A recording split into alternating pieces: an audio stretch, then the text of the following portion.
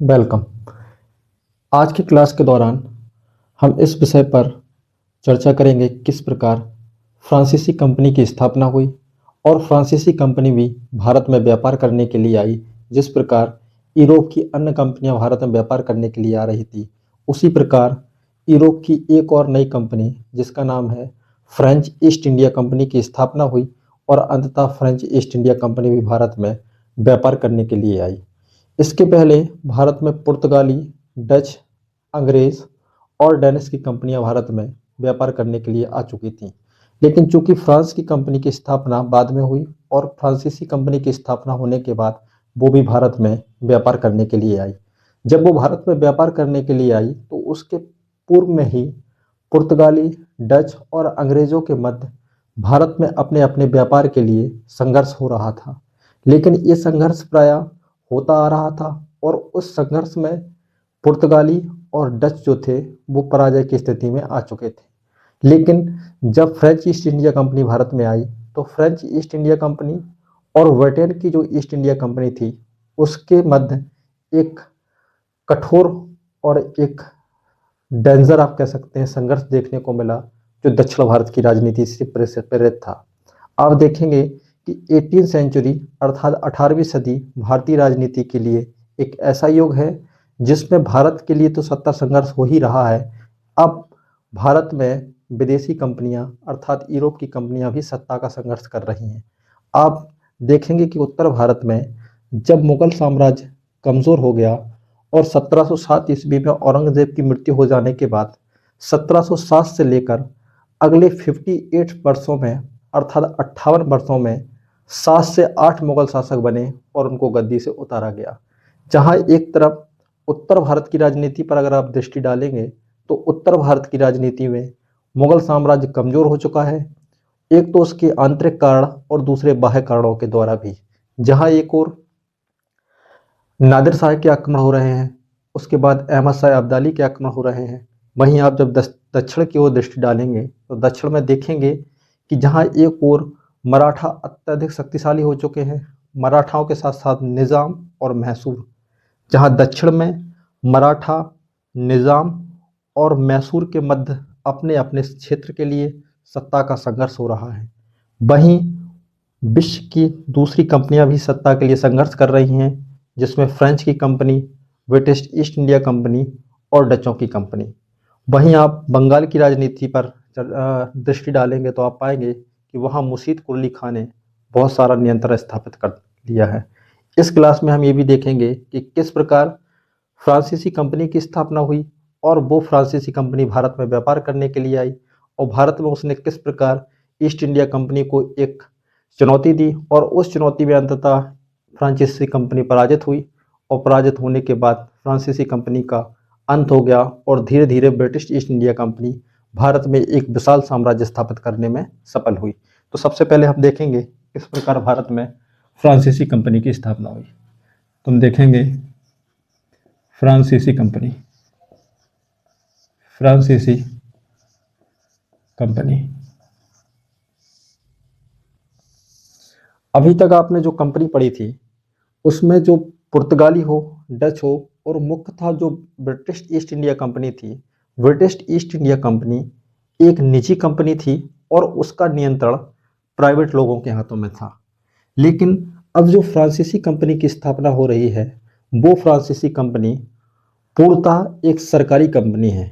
अर्थात फ्रांस के शासक, तत्कालीन शासक लुई 14वां ने और उसके मंत्री कोलवर्ट ने एक कंपनी बनाने का प्रस्ताव दिया कि हम लोग भी एक कंपनी बनाएंगे जो पूर्व के साथ व्यापार करेगी। लेकिन ये कंपनी जो है वो एक निजी कंपनी नहीं है, ये कंपनी सरकारी कंपनी है। इसमें वहाँ के शासक का पैसा लगा है और वो अपनी सरकार के प्रति उत्तरदायित्व है उसका।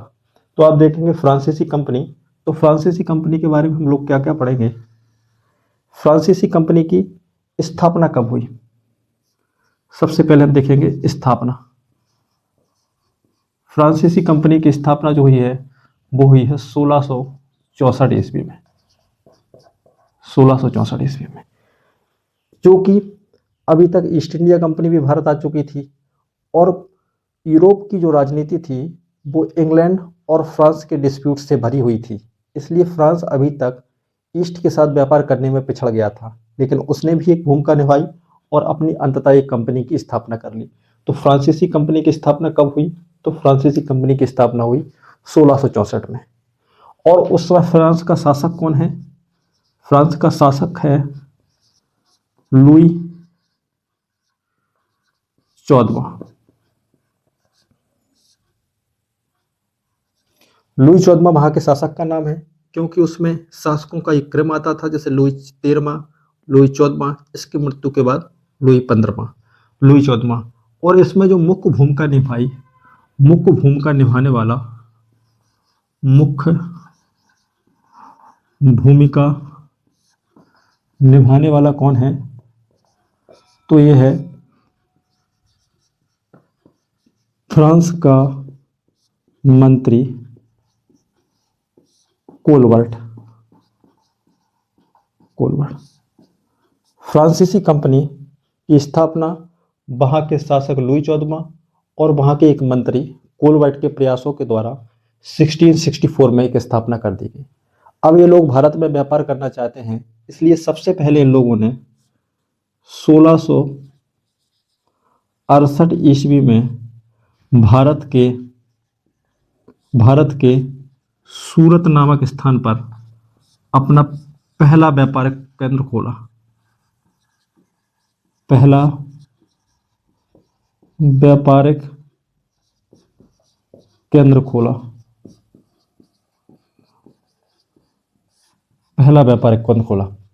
आप समझ चुके हैं कि फ्रांसीसी कंपनी की स्थापना 1664 में और 1668 में उसने भारत के सूरत नामक स्थान पर अपना व्यापारिक केंद्र खोल दिया। इसलिए आप फ्रांसीसी कंपनी के बारे में ये तथ्य याद रखिए। अब इस क्लास के आगे हम क्या क्या पढ़ेंगे कि फ्रांसीसी कंपनी के भारत में प्रमुख केंद्र कौन कौन से थे, वो कौन से व्यापारिक केंद्र थे जिसके लिए फ्रांसीसी कंपनी और ईस्ट इंडिया कंपनी के मध्य संघर्ष देखने को मिलेगा। इसलिए हमको ये टॉपिक में ये देखना है कि फ्रांसीसी कंपनियों के मुख्य व्यापारिक केंद्र भारत में कौन कौन से थे और फ्रांस के सरकार के द्वारा भेजे गए प्रमुख गवर्नर कौन कौन से थे। उस गवर्नर में ही हम आपको डुप्ले के बारे में पढ़ाएंगे कि किस प्रकार डुप्ले ने अपने दिमाग के उपज से एक सहायक संधि विकसित कर ली। वो सहायक संधि बाद में ब्रिटेन को साम्राज्य स्थापित करने में एक बहुत ज़्यादा फायदा दे सकी। इसलिए इस नेक्स्ट टॉपिक में हम देखेंगे भारत में फ्रांसीसी कंपनी के प्रमुख व्यापारिक केंद्र कि वो कौन से व्यापारिक केंद्र थे जहां पर फ्रांसीसी कंपनी ने अपने ट्रेड सेंटर स्थापित किए। क्योंकि क्वेश्चन आता है कि कौन से केंद्र फ्रांसीसी कंपनी के थे, कौन से व्यापारिक केंद्र ब्रिटेन के थे। तो इसमें हम कुछ सेंटर देख लेते हैं। जैसे फ्रांसीसी कंपनी ने अपना पहला व्यापारिक केंद्र कहाँ खोल दिया है? तो सूरत में कब खोला है? तो खोला 1668 ईस्वी में।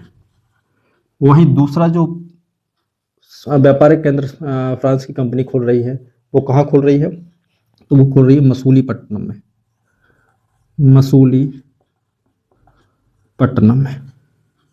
1669 ईस्वी। फ्रांसीसी कंपनी का जो एक सबसे बड़ा व्यापारिक केंद्र होगा उसका जो मुख्य ऑफिस होगा वो होगा पांडुचेरी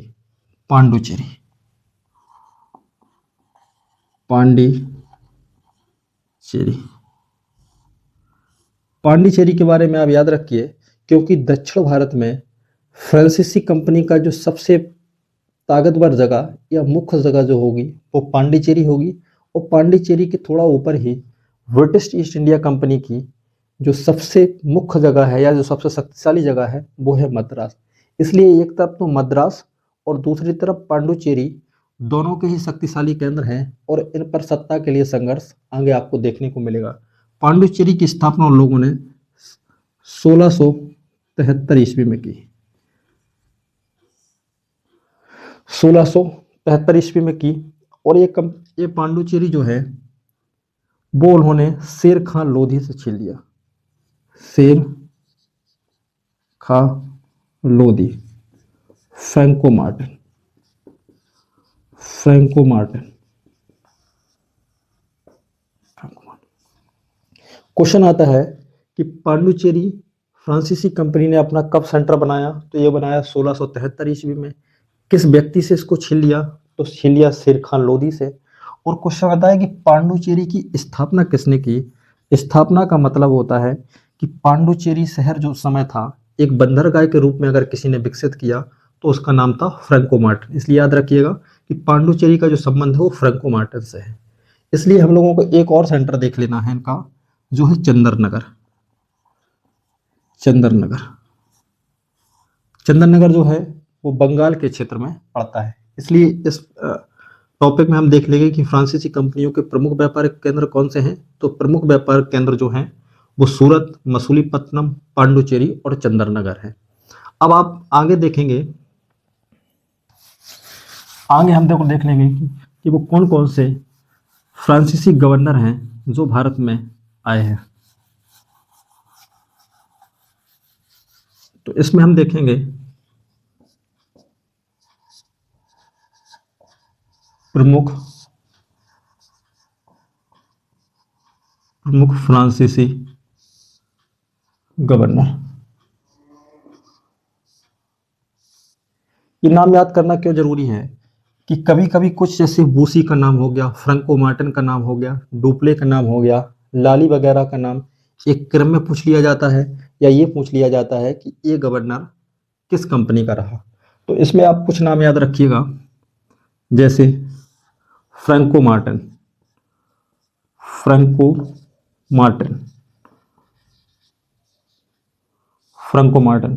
फ्रैंको मार्टिन कौन सा है, एक फ्रांसीसी गवर्नर है जिसके द्वारा पांडुचेरी की स्थापना की गई, या पांडिचेरी की स्थापना की गई, या उसका गठन किया गया, गठन किया गया।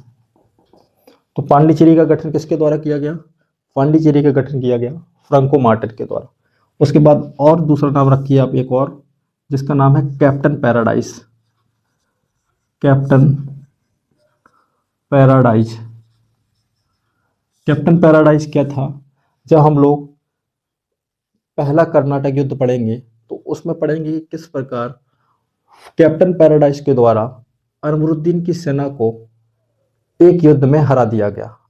सेंट टॉमी के युद्ध में कैप्टन पैराडाइज उस समय जो कर्नाटक का नवाब रहेगा उसकी सेना को कैप्टन पैराडाइज हरा देगा। इसलिए भारत में किसी स्थानीय शासक की एक हार होगी फ्रांसीसी कंपनी के द्वारा, तो वो कैप्टन पैराडाइज होगा। कैप्टन पैराडाइज का नाम क्यों है, क्योंकि इसने सेंट टॉमी या अड़यार के युद्ध में, इसको सेंट टॉमी भी कहते हैं और अड़यार का युद्ध भी कहते हैं। अड़यार के युद्ध में कर्नाटक के नवाब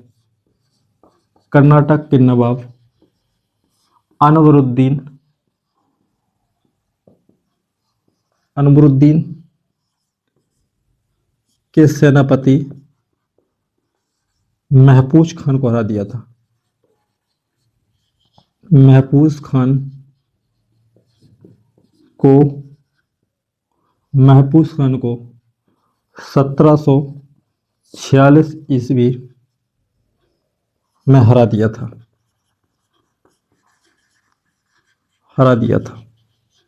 अब आप समझ पा रहे हैं, क्योंकि कैप्टन पैराडाइज के द्वारा सेंट टॉमी या अड़यार के युद्ध में उस समय कर्नाटक का नवाब अनवरुद्दीन था।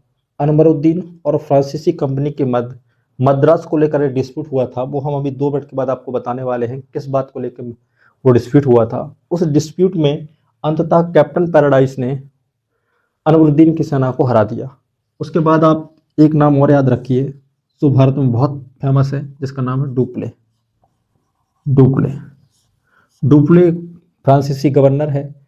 डुप्ले का राजनीतिक जीवन पर हम एक अलग से वीडियो प्रोवाइड करेंगे आपको कि किस प्रकार डुप्ले भारत में अपने पिता के व्यवहार के द्वारा भारत में उसको एक पांडुचेरी में एक नियुक्ति मिली थी। उसके बाद वो अपनी योग्यता के दम पर किस प्रकार फ्रांसीसी कंपनी का गवर्नर बन गया और उसने अपनी योग्यता के द्वारा फर्स्ट कर्नाटक युद्ध और सेकंड कर्नाटक युद्ध में फ्रांसीसी कंपनी को बैकफुट पर ला दिया। यहाँ तक कि उसको इस स्थिति में ला दिया कि लग रहा था उस समय कि ईस्ट इंडिया कंपनी का भारत से अंत ही हो जाएगा।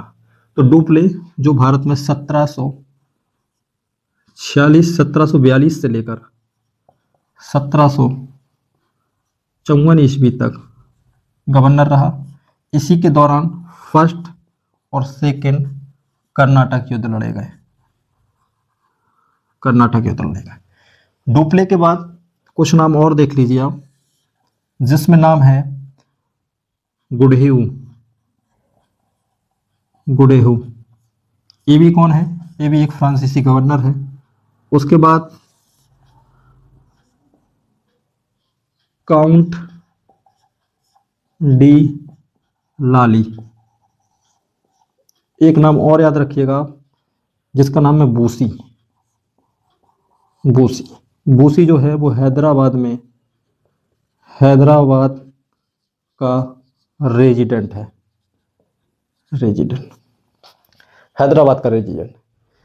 गुडेहू और काउंट डी लाली जो हैं, अंततः काउंट डी लाली के समय ही वांडीवास का युद्ध होगा और उस वांडीवास के युद्ध में अंततः फ्रांसीसी कंपनी ईस्ट इंडिया कंपनी के सामने पराजित हो जाएगी और पराजित होने के बाद फ्रांसीसी कंपनी को सिर्फ व्यापार तक सीमित कर दिया जाएगा।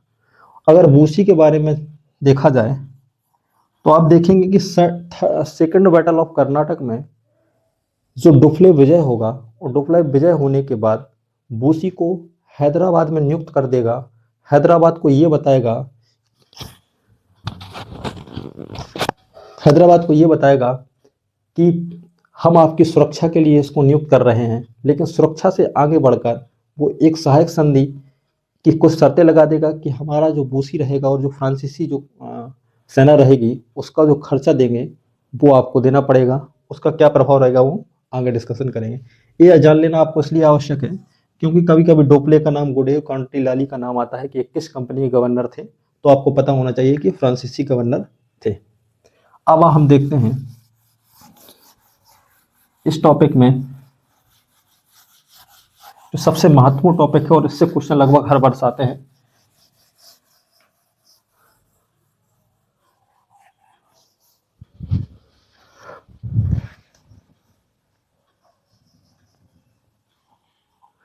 अब आप देखिए कि फ्रांसीसी कंपनी की स्थापना भी भारत में हो गई। एक तरफ जब फ्रांसीसी कंपनी की स्थापना हुई तो फ्रांस की कंपनी भी एक ताकतवर कंपनी थी, लेकिन इसके पास जो सबसे बड़ी समस्या थी वो ये थी कि यह एक सरकारी कंपनी थी। जब फ्रांसीसी कंपनी भी भारत में व्यापार करने के लिए आ गई तो उसने भी धीरे धीरे अपना व्यापार बढ़ाना स्टार्ट कर दिया था। उस समय दक्षिण की राजनीति में परिवर्तन हो रहा था। कैसे परिवर्तन हो रहा था कि जहां उत्तर में मुगल साम्राज्य का पतन हो रहा था, मुगल सत्ता का जब पतन हो रहा था तो उस समय साउथ में अर्थात दक्षिण या दक्कन के क्षेत्र में जो उस समय मुगलों के सूबा रहा करते थे उन्होंने अपनी स्वतंत्रता की घोषणा करना आरंभ कर दी थी, अर्थात वो भी अब एक आज़ादी का जीवन जीना चाहते थे। उसके साथ साथ पश्चिम के क्षेत्र में मराठाओं का भी उत्कर्ष हो गया था। मराठाओं ने भी पेशवाओं के युग में अपने आप को भारत की राजनीति में सक्रिय कर लिया था और दक्षिण के साथ साथ वो लोग उत्तर की राजनीति में भी भाग लेना चालू कर दिए थे। जब इस प्रकार का परिवर्तन हो रहा था तो आप देखेंगे कि दक्षिण भारत में उस समय मराठा, निजाम और कर्नाटक के मध्य अपनी अपनी सत्ता को लेकर संघर्ष है कि इस क्षेत्र पर मेरा दावा रहेगा, इस क्षेत्र पर मेरा दावा रहेगा। और वहीं आप उत्तर में देखेंगे तो जहां मुगल कमजोर हो गए हैं और मुगलों के कमजोरी का फायदा उठाकर फारस का शासक या ईरान का शासक नादिर शाह ने भी अपना कर दिया 1739 में और करनाल के युद्ध में क्या बोलते हैं मुगल शासक को पराजित भी कर दिया, मोहम्मद शाह रंगीला को। तो एक तरफ मुगलों का जो प्रतिष्ठा थी वो क्षीण हो चुकी थी, वहीं दूसरी ओर अफगानिस्तान का शासक अब्दाली भी भारत में कई बार आक्रमण कर रहा था, इसलिए मुगलों की सत्ता एकदम कमजोर हो चुकी थी।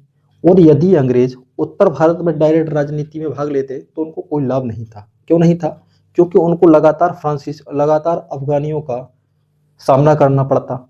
अगर वो डायरेक्ट बंगाल के क्षेत्र में सक्रिय हो जाते तो बंगाल के क्षेत्र में भी मुर्शीद कुली खान ने एक ठीक ठाक सा शासन बना रखा था।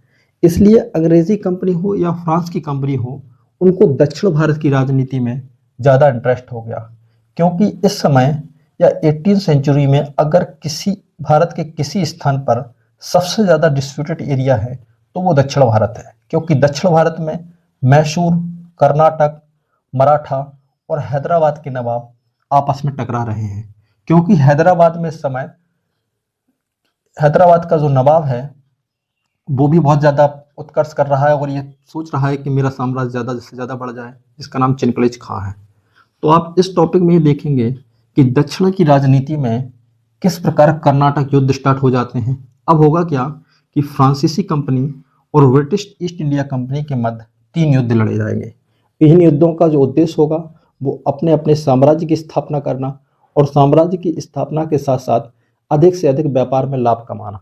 क्योंकि फ्रांसीसी कंपनी हो या ब्रिटिश ईस्ट इंडिया कंपनी हो, दोनों कंपनी ये चाहते हैं कि भारत में मैं सस्ते से सस्ती वस्तुएं खरीद सकूं और उन वस्तुओं को ले जाकर हमारे यूरोप में महंगे से महंगे दामों में बेच सकूं।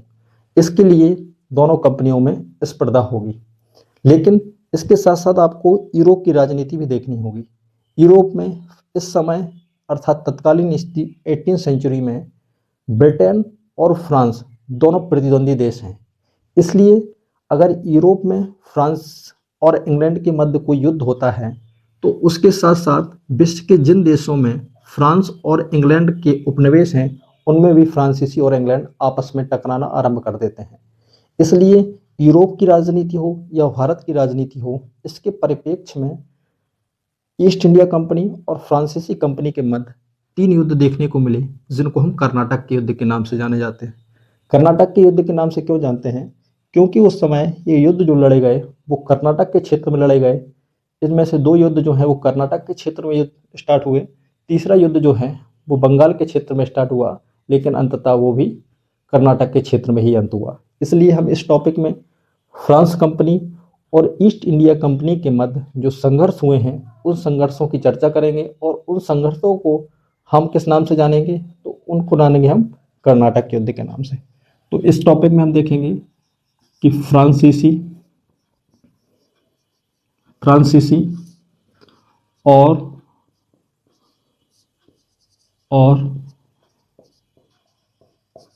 अंग्रेजों के मध्य संघर्ष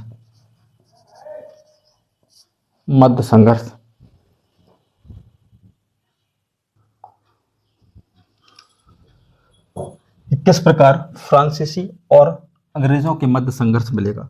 तो फ्रांसीसी और अंग्रेजों के मध्य जो संघर्ष होगा उसको हम किस नाम से जानेंगे, तो उसको हम जानेंगे कर्नाटक युद्ध के नाम से। क्योंकि फ्रांसीसी और अंग्रेजी कंपनी के मध्य जो संघर्ष हो रहा है वो हो रहा है कर्नाटक के क्षेत्र में, और उसमें कर्नाटक और हैदराबाद का महत्व अधिक है। इसलिए इसको फ्रांसीसी और अंग्रेजों के संघर्ष को कर्नाटक युद्ध के नाम से जानेंगे। तो इन युद्धों को किस नाम से जाना जाएगा, तो ये युद्ध किस नाम से जाने युद्ध किस नाम से जाने जाएंगे, तो ये जाने जाएंगे आंग्ल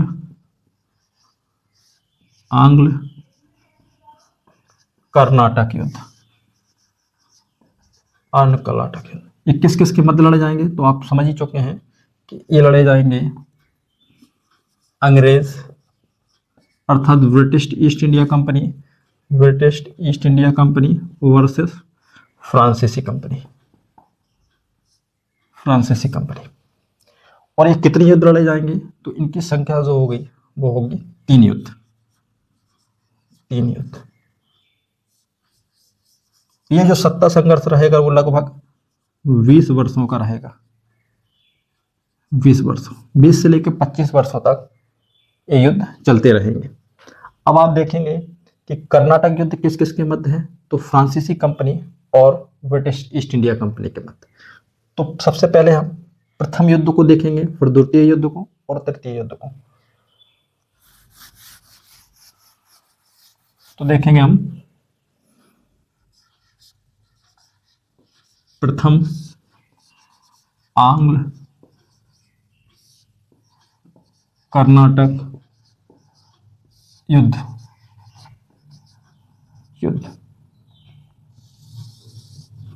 प्रथम करना आंग्ल कर्नाटक युद्ध। आपको कोई भी युद्ध के बारे में पढ़ना हो तो आप किस प्रकार पढ़ लें कि उस युद्ध किस वर्ष लड़ा गया, उसमें किन किन लोगों ने भाग लिया, उस युद्ध के क्या कारण थे, उस युद्ध में कौन सी घटनाएं घटी और उस युद्ध का अंत किस संधि के द्वारा हुआ।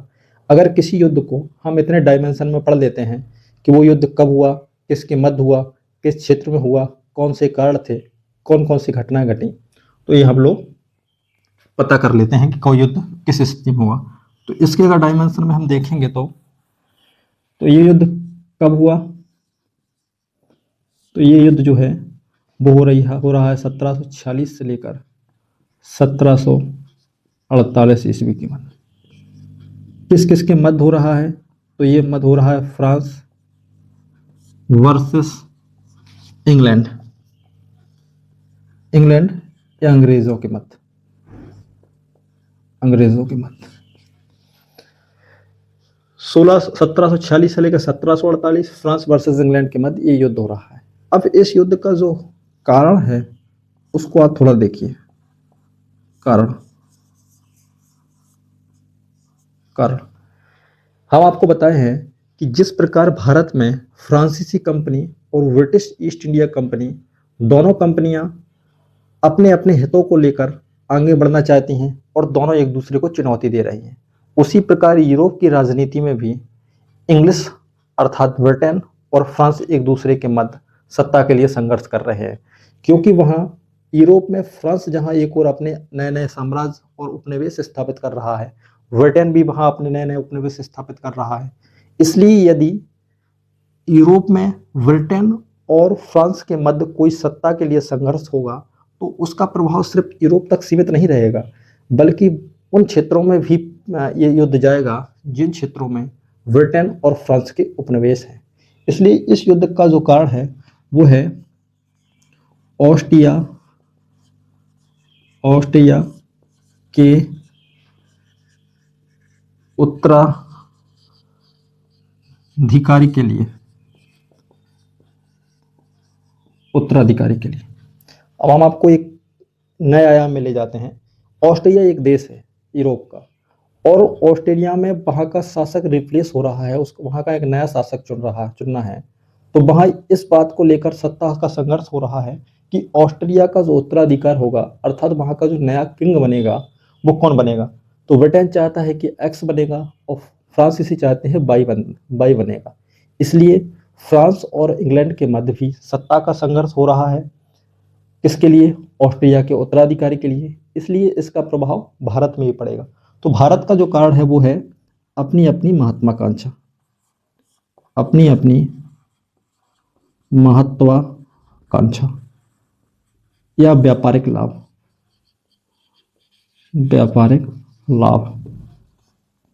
अब आप एक स्थिति को देखिए कि भारत का जो क्षेत्र है उसमें एक क्षेत्र है कर्नाटक।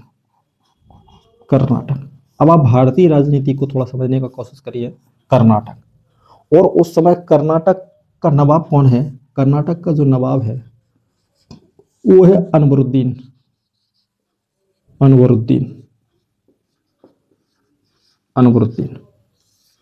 जो कर्नाटक का नवाब अनवरुद्दीन है। अब कर्नाटक के क्षेत्र में ही उस समय मद्रास और पांडुचेरी पड़ रही है। इसलिए कर्नाटक का नवाब इस बात का निर्देश देता है कि फ्रांसीसी कंपनी और ईस्ट इंडिया कंपनी किसी भी प्रकार का भारतीय क्षेत्र पर युद्ध न करें। ये बात खासकर डोपले ने मान ली कि ठीक है, मैं युद्ध नहीं करूंगा। लेकिन आप ये सोचिए कि उस समय कुछ घटनाएं घटित हुई। तो आप इसमें लिखिए युद्ध की प्रमुख घटनाएं, क्योंकि यही घटनाएं भारत की राजनीति को तय करेंगी और भारत में राजनीति के साथ साथ किस प्रकार फ्रांसीसी कंपनी का भविष्य होगा या ब्रिटिश ईस्ट इंडिया कंपनी का भविष्य होगा, ये घटनाएं ये तय कर देंगी। अब आप देखेंगे कि कर्नाटक का नवाब अनवरुद्दीन है और अनवरुद्दीन ने आदेश दिया कि मेरे क्षेत्र में किसी भी प्रकार का कोई युद्ध नहीं होगा। इस समय आप देखिएगा कि जो सेंटर है वो मद्रास और पांडिचेरी। मद्रास सेंटर है किसका?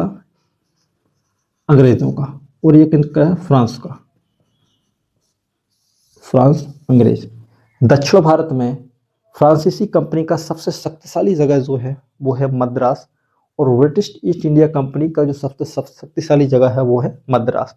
इस समय मद्रास का जो गवर्नर है वो है मोर्से, मोर्से, और पांडुचेरी का जो गवर्नर है वो है डुप्ले, डुप्ले।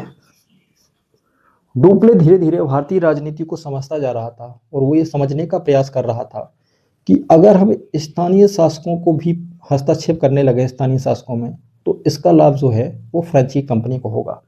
इसलिए प्रारंभिक दौर में डुप्ले ने भी कहा युद्ध नहीं करेंगे। लेकिन भारत में युद्ध कैसे स्टार्ट हुआ कि भारत में एक अंग्रेजी गवर्नर हुआ करता था जिसका नाम था वर्नेट, वर्नेट, वर्नेट। बर्नेट ने फ्रांसीसी जहाज पर अधिकार कर लिया, अधिकार कर लिया। फ्रांसीसी जहाज पर जब अधिकार कर लिया तो जो पहले युद्ध नहीं होना था अब युद्ध तय हो गया, क्योंकि वर्नेट ने जब फ्रांसीसी जहाज पर अधिकार कर लिया तो युद्ध भारत में भी स्टार्ट हो गया। इसलिए वर्नेट के फ्रांसीसी जहाज पर अधिकार करने के तुरंत बाद ही भारत में भी युद्ध आरंभ हो गया। अब युद्ध का जो घटनाक्रम है वो कैसा है आप देखिए।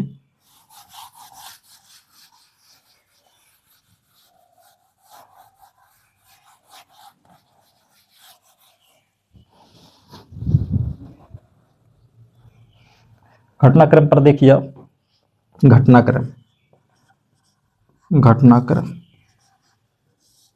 जब बर्नेट के द्वारा फ्रांसीसी जहाज पर अधिकार कर लिया गया तो डुप्ले ने कर्नाटक के नवाब अमीरुद्दीन को एक वादा किया जो कहीं ना कहीं राजनीतिक बढ़त बनाने का प्रयास था। उसने कहा कि मद्रास को छीन लेंगे हम अंग्रेजों से, और छीनने के बाद हम किसको दे देंगे, वो मद्रास को वापस कर देंगे।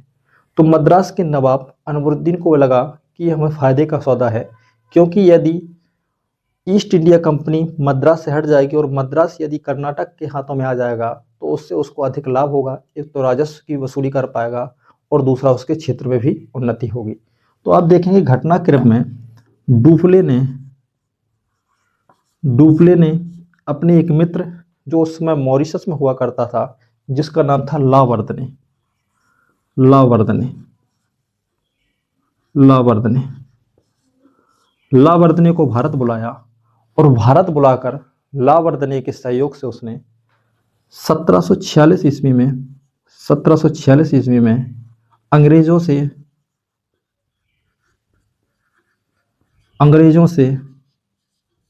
मद्रास को छीन लिया, मद्रास को छीन लिया। जब मद्रास को छीन लिया, ये फ्रांसीसी कंपनी की बहुत बड़ी विजय थी। क्यों थी कि जहां मद्रास अंग्रेजों के हाथों से गया, वहीं आप ये सोचिएगा कि 1746 में अंग्रेजों की स्थिति क्या हो गई। अंग्रेजों की स्थिति बहुत दयनीय हो चुकी थी, क्योंकि मद्रास जो अभी तक अंग्रेजों का दक्षिण भारत में सबसे शक्तिशाली स्थान हुआ करता था, वो अंग्रेजों की कंपनी से बाहर निकल चुका था। लेकिन अगर थोड़ा सा आप ध्यान दीजिए, जब लावर्दने ने यहाँ पर डुप्ले के साथ एक धोखा कर दिया, लावर्दने ने कुछ घूस लेकर मद्रास अंग्रेजों को वापस कर दिया। लेकिन डुप्ले ने फिर अपनी राजनीतिक चतुरता दिखाते हुए और अपनी महत्वाकांक्षा दिखाते हुए दोबारा से मद्रास अपने नियंत्रण में कर लिया।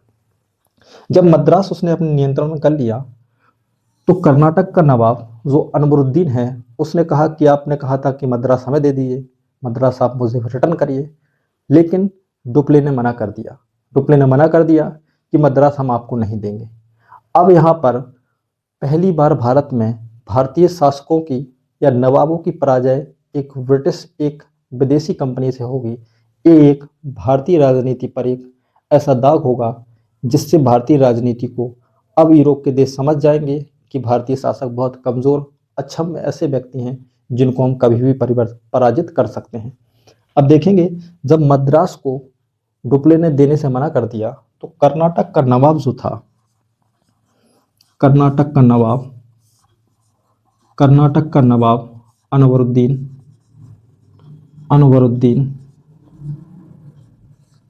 अनवरुद्दीन ने अपने सेनापति महफूज महफूज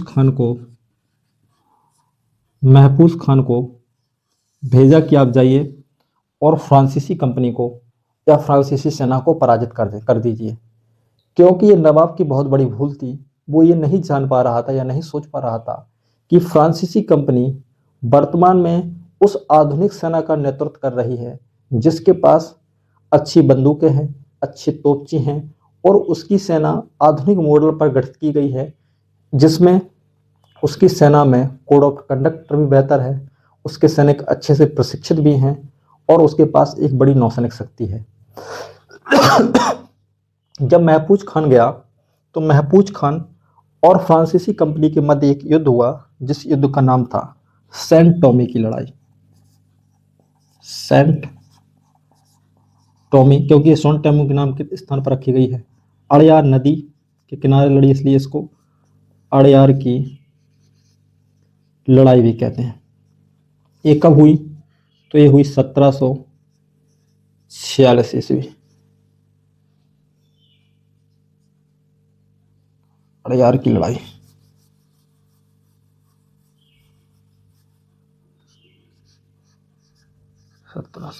ईस्वी। इस युद्ध में कर्नाटक का जो नवाब था वो अंततः पराजित हो गया और पराजित होने के बाद ये पहली बार किसी कंपनी की भारत में विजय थी। इसलिए आप देखेंगे कि इस युद्ध के बाद भारतीय शासकों का वो चेहरा सामने आने लगा था जो कहीं ना कहीं कमजोरी की दास्ता बयान कर रहा था। इसके बाद डुफ्ले ने फ्रांस को एक लेटर लिखा था। उसने कहा था कि सिर्फ 500 से 600 फ्रांसीसी नागरिक ही या यूरोपीय सैनिक ही दक्षिण भारत के 200 से 300 किला जीतने में सक्षम है, क्योंकि भारतीय शासक बहुत कमज़ोर हैं और इनकी आपसी राजनीति एक द्वेष का शिकार है और इन लोगों में कोई राष्ट्र की भावना नहीं है या एकता की भावना नहीं है। इसलिए इस युद्ध के बाद एक राजनीतिक परिवर्तन आ रहा था और ये परिवर्तन बहुत खतरनाक परिवर्तन था। इसलिए इस युद्ध में अंततः कर्नाटक का नवाब नूरुद्दीन पराजित हो गया और ये युद्ध अभी भी चलता रहा। और इस युद्ध का जो समाप्त हुआ, युद्ध की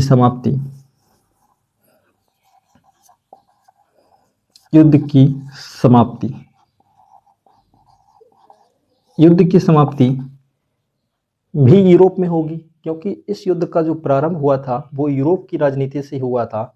इसलिए अंततः फ्रांस और इंग्लैंड दोनों देशों को लगा कि युद्ध को आगे बढ़ाना हमारे दोनों के लिए खतरनाक हो सकता है। इसलिए इन दोनों लोगों ने एक संधि कर ली जिसका नाम था एक्स ला सापेल की संधि, जिसको ट्रीटी ऑफ एचेन के नाम से भी जाना जाता है। ट्रीटी ऑफ एचेन के नाम से भी जाना जाता है, जो 1746 ईस्वी में हुई और 1748 ईस्वी में 1748 ईस्वी में हुआ। 1748 ईस्वी में अंततः प्रथम कर्नाटक युद्ध या आंग्ल कर्नाटक युद्ध समाप्त हो गया। और इस संधि की जो शर्तें थी, इस संधि के अनुसार मद्रास अंग्रेजों को वापस लौटा दी गई और मद्रास लौटाने के बाद अंग्रेजों के सेंटर वापस दे दिए गए और फ्रांसीसी कंपनियों के सेंटर वापस दे दिए गए। इसलिए ये युद्ध जो कहीं ना कहीं फ्रांसीसी कंपनी के पक्ष में झुका हुआ था, इस युद्ध का अंत हो गया। इसलिए आप देखेंगे प्रथम कर्नाटक युद्ध में ये घटनाएं घटित हुई।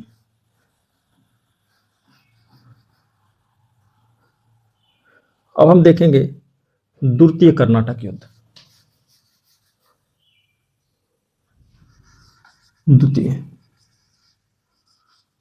द्वितीय आंग्ल कर्नाटक युद्ध। तो इसकी स्थिति भी वही है कि किस किस के मध्य हुआ, कब हुआ। तो सबसे पहले हम देखेंगे ये युद्ध कब हुआ। तो आपने पढ़ा है कि 1746 से लेकर 1746 से लेकर 1748 के मध्य प्रथम आंग्ल कर्नाटक युद्ध हुआ था। उसके एक वर्ष बाद ही 1749 से लेकर 1754 तक दूसरा आंग्ल कर्नाटक युद्ध हुआ। इस कर्नाटक युद्ध में कुछ घटनाएं घटित होंगी जिनका हमको डिटेल में देखना होगा, जिससे आप हमेशा के लिए याद रखें कि द्वितीय कर्नाटक युद्ध की घटनाएं प्रमुख क्या थी? 1749 से लेकर 1754। और किस किस के मध्य हुआ? तो आप ये जानते ही हैं, ये फ्रांसीसी company versus east India company या अंग्रेजों के मध्य हुआ। क्योंकि प्रश्न में ये समस्या हो जाती है कि नाम है कर्नाटक का युद्ध, वो लड़ कौन रहा है? लड़ रहे हैं ब्रिटेन और फ्रांसीसियों के मध्य।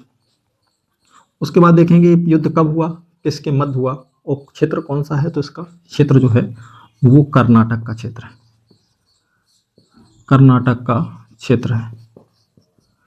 अब ये देखिएगा, इसका जो सबसे महत्वपूर्ण कारण है वो है कारण, कि इस युद्ध के कारण क्या क्या थे। तो कारण को देखने के लिए आपको थोड़ा डिटेल में देखना पड़ेगा। कारण कारण कारण आप दो फेज में देखेंगे। एक देखेंगे कर्नाटक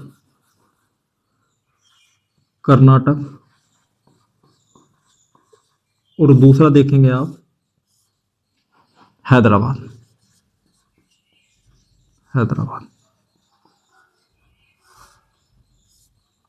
देखिएगा आप कि कर्नाटक और हैदराबाद दोनों की राजनीति को आप देखिए। एक क्षेत्र है कर्नाटक का और दूसरा क्षेत्र है हैदराबाद का। कर्नाटक का नवाब इस समय कौन है? अनवरुद्दीन। अनवरुद्दीन वही है जो इसके एक वर्ष पहले सेंट टॉमी या अड़यार के युद्ध में फ्रांसीसी कंपनी से हार गया है। इसलिए फ्रांसीसियों का इस समय ये मुख्य प्रतिद्वंदी हो चुका है। जब ये फ्रांसीसी कंपनी का प्रतिद्वंदी हो चुका है तो ब्रिटिश ईस्ट इंडिया कंपनी भी इसको किसी न किसी प्रकार की आग दे रही है कि आप फ्रांसीसी कंपनी के विरोध में खड़ा हो जाइए और आप इनसे संघर्ष करिए। लेकिन यहाँ होता क्या है कि कर्नाटक के क्षेत्र में अनवरुद्दीन जो नवाब है, इसकी सत्ता को एक व्यक्ति चुनौती देता है जिसका नाम है चंदा साहब। तो कर्नाटक का जो नवाब है वो कौन है? जो नवाब है वो कौन है? अनवरुद्दीन।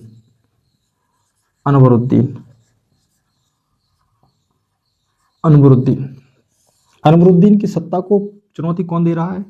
चंदा साहब।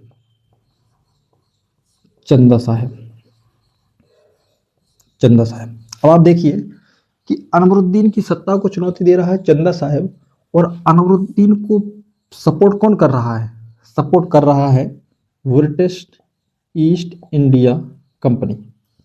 क्योंकि अनवरुद्दीन पहले ही एक वर्ष पहले अड़यार के युद्ध में फ्रांसीसी कंपनी से हार गया है, और जब वो हार गया है तो ये चाहता है कि मैं फ्रांसीसी कंपनी को हटा दूं, इसलिए अंग्रेज अनवरुद्दीन को सपोर्ट कर रहे हैं। दूसरी ओर चंदा साहब जो अनवरुद्दीन को चुनौती दे रहा है सत्ता के लिए, उसको कौन सपोर्ट कर रहा है? तो उसको सपोर्ट कर रहा है फ्रांसीसी कंपनी। फ्रांसीसी कंपनी ये चाहती है कि यदि हमने चंदा साहब को कर्नाटक का नवाब बना दिया तो कर्नाटक के क्षेत्र में हम जिस भी क्षेत्र को चाहेंगे वो क्षेत्र हमको मिल जाएगा। इसलिए फ्रांसीसी कंपनी के भी हित हैं और ब्रिटिश ईस्ट इंडिया भी कंपनी के, दोनों के अपने अपने हित हैं और अपने अपने व्यापार के लिए लाभ कमाने की इच्छा है कि अगर ये व्यक्ति जीत गया या ये व्यक्ति सत्ता में बना रहा तो ब्रिटिश ईस्ट इंडिया को फायदा है, फ्रांस को खतरा है। अगर चंदा साहब सत्ता में बैठ गया तो फ्रांसीसी कंपनी को लाभ है और ब्रिटिश ईस्ट इंडिया कंपनी को हानि है। वहीं आप हैदराबाद में भी देखिए, हैदराबाद में निजाम उल मुल्क, जिसका नाम था चिंकलेज खान। चिंकलेज खान क्या था कि जब मुगलों की सत्ता कमज़ोर हो रही थी और मोहम्मद शाह रंगीला के शासनकाल में जब इसको मुगलों का क्या बोलते हैं वजीर नियुक्त किया गया था, उसने वहाँ से छोड़कर दक्षिण भारत में आ गया था। उस 1724 में इसने हैदराबाद की एक स्वतंत्र सत्ता के रूप में स्थापना कर ली थी, इसलिए अब एक स्वतंत्र सूबा हो गया था, एक ये फ्रीडम स्टेट था। और उसके दौरान 1748 में इसकी मृत्यु हो गई।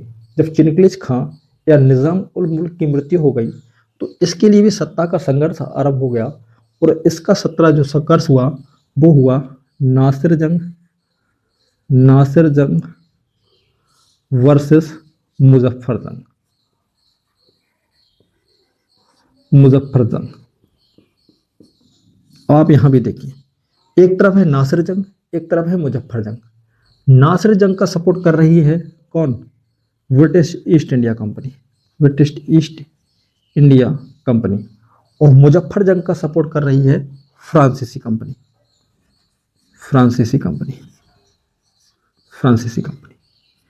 अब देखिए, अनवरुद्दीन को सपोर्ट कौन कर रहा है? British east India company.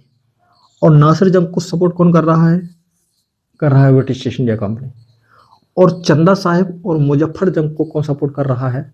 वो कर रही है फ्रांसीसी कंपनी। क्योंकि दोनों कंपनियां ही ये चाहती हैं कि मेरे अनुकूल यदि कोई नवाब बन जाएगा तो उससे हम अधिक से अधिक राजनीतिक लाभ कमा पाएंगे। इसलिए इस युद्ध का क्रम में आप देखेंगे, युद्ध की प्रमुख घटनाएं, प्रमुख घटनाएं,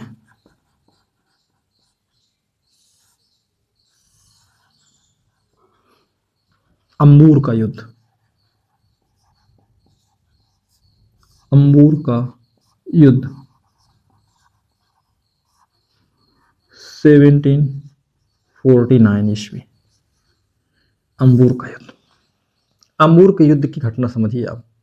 अंबूर के युद्ध में क्या होता है कि एक तरफ चंदा साहिब, दूसरी ओर मुजफ्फर जंग और फ्रांसीसी कंपनी, तीनों का एक त्रिकोण बन गया। और उस त्रिकोण का जो उद्देश्य है वो है अनवरुद्दीन को हरा देना। कि यदि हम अनवरुद्दीन को हरा देंगे तो चंदा साहिब को गद्दी पर बैठा देंगे। और जब चंदा साहिब कर्नाटक का नवाब हो जाएगा तो फिर चंदा साहिब और फ्रांसीसी कंपनी और मुजफ्फरनगर मिलकर नासिर जंग को हटा देंगे। और जब नासिर जंग को भी हटा देंगे तो एक तरफ चंद्र साहिब और दूसरी तरफ जब मुजफ्फर जंग हैदराबाद का नवाब बन जाएगा तो फिर फ्रांसीसी कंपनी की तो बल्ले बल्ले हो जाएगी। और लेकिन उस समय तत्कालीन स्थिति लगभग ऐसी ही हुई। अंबूर के युद्ध में जहां एक ओर कौन है, जहां एक ओर मुजफ्फर जंग, दूसरी ओर चंदा साहब और तीसरी ओर फ्रांसीसी कंपनी, ये तीनों का एक त्रिकोण बन गया। और त्रिकोण बनने के बाद इसमें क्या हुआ कि कर्नाटक का नवाब जो अनवरुद्दीन है, अनवरुद्दीन मारा गया। अनवरुद्दीन जैसे ही मारा गया तो अब कर्नाटक का नवाब कौन बन जाएगा? तो कर्नाटक का नवाब बन गया चंदा साहिब।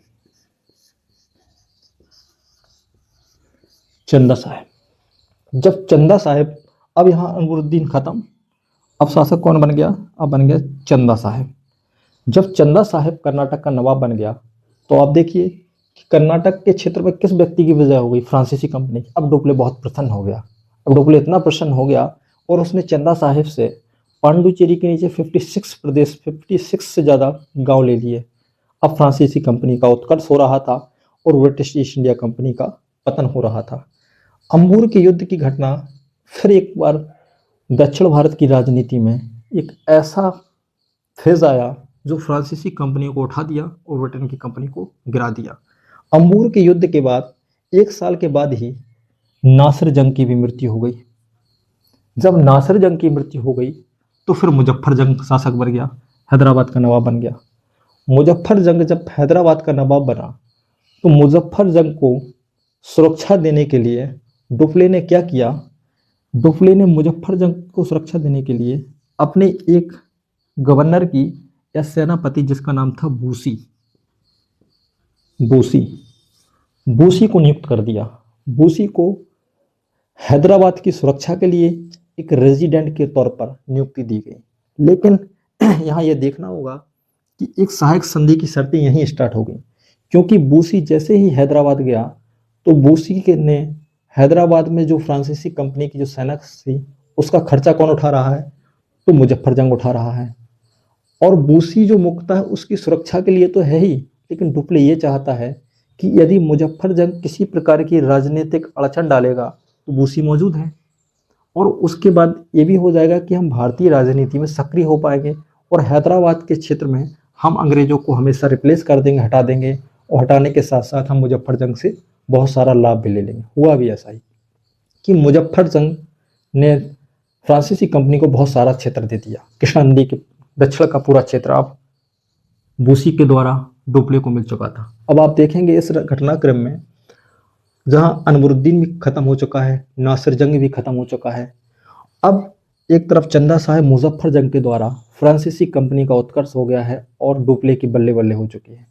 लेकिन आप देखेंगे कि जब अंबूर का युद्ध हो रहा था तो उस समय अनवरुद्दीन तो मारा गया था, लेकिन अनवरुद्दीन का जो लड़का था, जो पुत्र था, मोहम्मद खान, मोहम्मद खान, वो भाग गया था युद्ध से।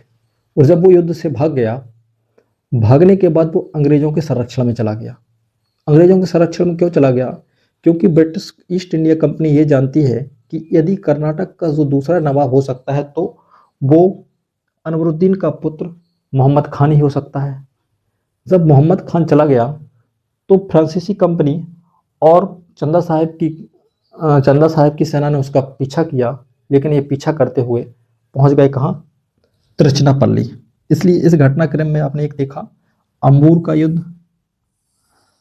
और दूसरा आप देखेंगे त्रिचनापल्ली का घेरा। त्रिचनापल्ली का घेरा,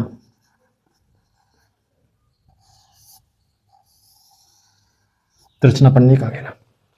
त्रिचनापल्ली दक्षिण भारत में एक स्थान है, और उस स्थान पर ब्रिटिश ईस्ट इंडिया कंपनी ने अनवरुद्दीन के पुत्र मोहम्मद खान को संरक्षण दे दिया, और संरक्षण देकर उसको सुरक्षित कर लिया।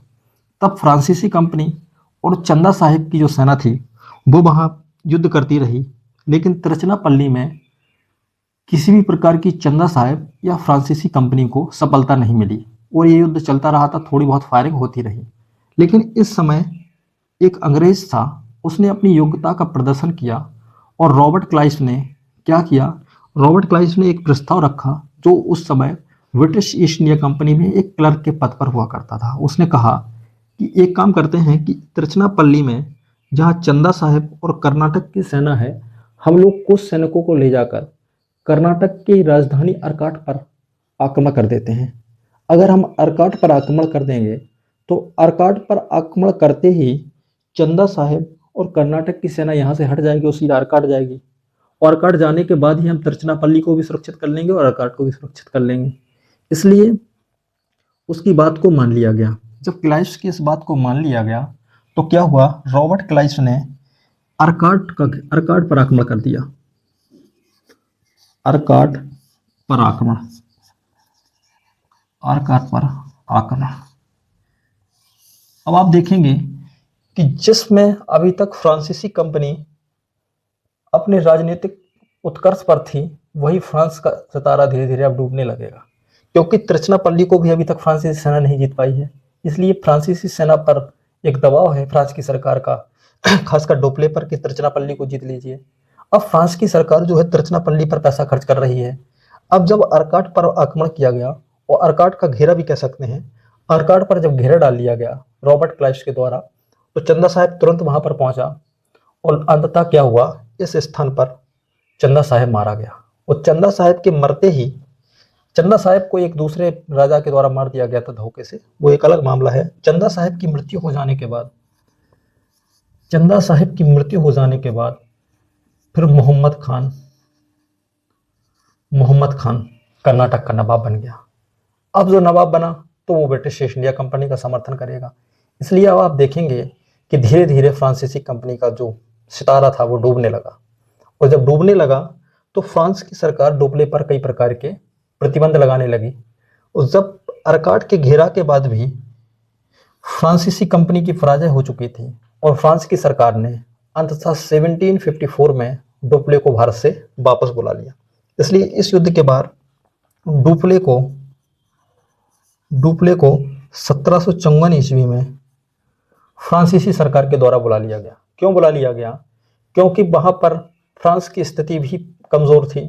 इसलिए अंग्रेजों ने फ्रांस के सामने कुछ शर्तें रखी, जिसमें कहा कि यदि आप डुप्ले को भारत से बुला लें तो ये स्थिति कुछ सही हो सकती है। अंततः डुप्ले को भारत से बुला लिया गया, और डुप्ले के स्थान पर नए गवर्नर की नियुक्ति की गई, जिसका नाम था गुडेहो। गुडेहो रियल में गधा टाइप का ही व्यक्ति था, और उसने आकर अंग्रेजों को आत्मसमर्पण की स्थिति कर दी अंग्रेजों के समक्ष, और अंततः जो द्वितीय आंग्ल कर्नाटक युद्ध था, इसकी समाप्ति हो गई। इसकी समाप्ति किस संधि के द्वारा हुई? तो आप संधि लिख लीजिए। सेकेंड कर्नाटक जो युद्ध है, युद्ध की जो समाप्ति है वो पांडिचेरी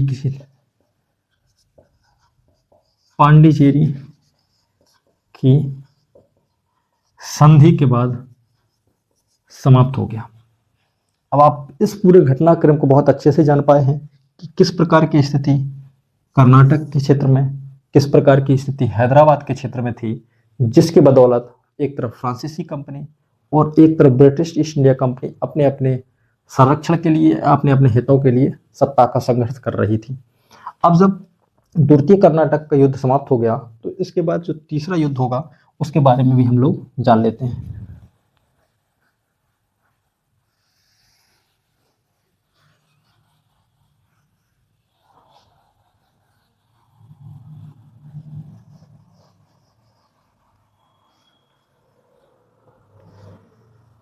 अब देखेंगे आप तृतीय आंग्ल कर्नाटक युद्ध।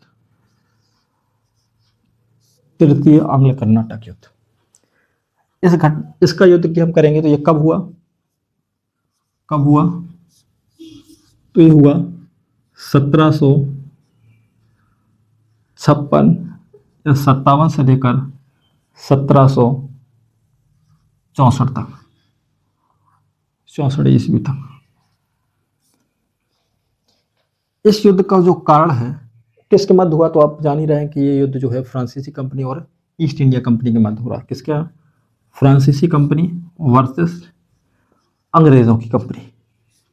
अब आप देखिएगा कि टाइम कब है, 1757-58 से लेकर 64 तक।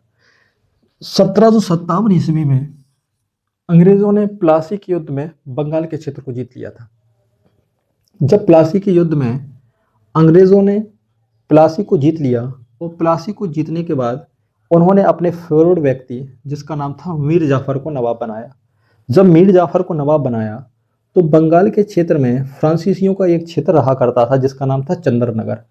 अब जब चंद्रनगर उस समय बंगाल का अधीन था तो बंगाल के अधीन होने के कारण जैसे ही क्या बोलते हैं, बंगाल का ये नवाब बना मीर जाफर, तो मीर जाफर ने चंदननगर को कहा कि अब ये अंग्रेजों का संरक्षण में होगा। इसलिए अंग्रेजों ने चंदननगर पर भी आक्रमण कर दिया और उसको क्षेत्र को अपने नियंत्रण में ले लिया। इसलिए इस युद्ध का जो कारण है, कारण जो है, इस युद्ध के दो कारण हैं। एक कारण हम देखेंगे यूरोपीय परिप्रेक्ष्य का, यूरोपीय परिप्रेक्ष्य का। दूसरा कारण देखेंगे हम भारतीय परिप्रेक्ष्य का, भारतीय परिप्रेक्ष्य का, भारतीय परिप्रेक्ष्य का। यूरोपीय परिप्रेक्ष्य में देखिए कि इस समय यूरोप की स्थिति बदल चुकी थी। इस समय इंग्लैंड और फ्रांस के मध्य युद्ध स्टार्ट हो गया था, जिस युद्ध का नाम था सप्तवर्षीय युद्ध। सप्तवर्षीय युद्ध। इसलिए जब भी क्वेश्चन आए कि तृतीय आंग्ल कर्नाटक युद्ध का जो सबसे मुख्य कारण है तो वो है सप्तवर्षीय युद्ध। सप्तवर्षीय युद्ध का मतलब है कि इंग्लैंड और फ्रांस के मध्य यूरोप में चलने वाले 7 वर्षों के युद्ध। उन 7 वर्षों में इंग्लैंड और फ्रांस की कंपनियां दोनों के एक दूसरे के समक्ष प्रतिद्वंदी की भूमिका में रही और उस युद्ध में अंततः फ्रांस को हार मिल गई थी। और भारतीय परिप्रेक्ष्य में क्या है, चंद्रनगर जो फ्रांसीसी कंपनियों का एक क्षेत्र हुआ करता था, चंद्रनगर पर ब्रिटिश ईस्ट इंडिया कंपनी का आक्रमण। जब ये आक्रमण हो गया तो चंद्रनगर का क्षेत्र आप किसका हो गया, ब्रिटिश ईस्ट इंडिया कंपनी का।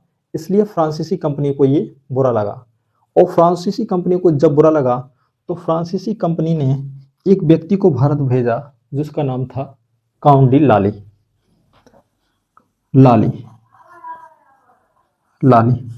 लाली भारत आया और लाली भारत आने से पहले लगभग उसको भारत आने में 1 साल का 12 महीने का समय लग गया। 12 महीने में जो एक बड़ी सेना लेकर आ रहा था, उस समय तक भारत में धीरे धीरे फ्रांसीसियों की पराजित होती रही। जब लाली भारत में आया तो इसने पहले मद्रास का एक पोर्ट हुआ करता था, फोर्ट किला हुआ करता था सेंट जॉर्ज का किला। सेंट जॉर्ज के किला को तो उसने नियंत्रण में कर लिया, लेकिन ये मद्रास को नहीं जीत पाया। मद्रास के बाद इसने कई प्रयास किए जो अंततः इसका असफल हो गए। इसने सबसे बड़ी भूल की कि हैदराबाद से इसने फ्रांसीसी कंपनी के जो सेनापति हुआ करता था जो रेजिडेंट हुआ करता था जिसका नाम था वूसी, जिसको डुप्ले ने नियुक्त किया था, बूसी को इसने हैदराबाद से वापस बुला लिया कि आप हैदराबाद से आइए, मेरा सपोर्ट करिए। बूसी जैसे ही हैदराबाद छोड़कर आया, अब फ्रांस के हाथ से हैदराबाद भी निकल चुका था। जहां एक और कर्नाटक चला गया था, दूसरी तरफ हैदराबाद भी अब फ्रांसीसियों के हाथ में चला गया।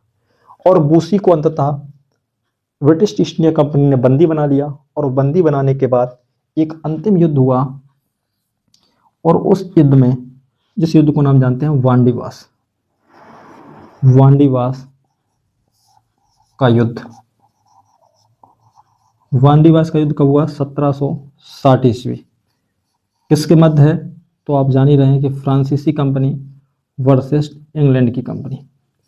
फ्रांसीसी और क्या बोलते हैं ब्रिटिश ईस्ट इंडिया कंपनी के मध्य भारत में एक अंतिम बड़ा युद्ध हुआ जिसका नाम था वांडीवास। वांडीवास के युद्ध में बूसी को बंदी बना लिया गया। अंततः फ्रांसीसी कंपनी की हार हो गई और लाली ने अपना आत्मसमर्पण कर दिया। आत्मसमर्पण करते ही जहां डुप्ले के शासनकाल में फ्रांसीसी कंपनी ने भारत में एक इतना बड़ा साम्राज्य स्थापित कर लिया था, जहां एक और पूरे हैदराबाद को और दूसरे ओर कर्नाटक को अपने नियंत्रण में ले लिया था, वहीं अब फ्रांसीसियों का सितारा डूब चुका था।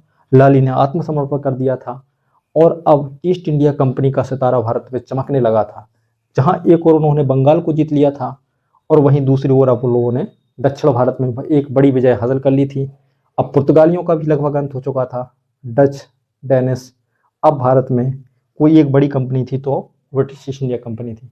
इसलिए अब दक्षिण भारत की राजनीति में ये निश्चित हो चुका था कि दक्षिण भारत का अगला जो नेता होगा या अगला नेतृत्व जो करेगा वो दो ही शक्तियां करेंगी, या तो वो ब्रिटिश ईस्ट इंडिया कंपनी होगी अर्थात, या दूसरी तरफ जो होंगे मराठा। लेकिन मराठाओं का जहां एक और उत्कर्ष हो रहा था और मराठाओं ने बड़ी बड़ी विजय हासिल कर ली थी, जहां उन्होंने मालवा, गुजरात के क्षेत्र को जीत लिया था। गुजरात, मालवा के क्षेत्र के साथ साथ बुंदेलखंड के क्षेत्र को भी जीत लिया था। यहाँ तक कि बाजीराव प्रथम ने मात्र 500 सैनिक लेकर दक्षिण दिल्ली चला गया था और दिल्ली को भी जीत लिया था उसने।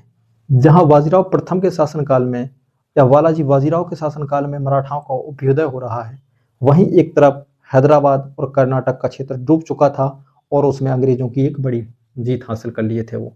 अब आप देखेंगे कि मराठाओं का जब उदय हो रहा है और दूसरी तरफ ब्रिटिश ईस्ट इंडिया कंपनी का, Maratha third battle of Panipat में जो 1761 में लड़ा जाएगा, जिसमें अहमद शाह अब्दाली मराठाओं को बहुत बुरी तरीके से पराजित कर देगा।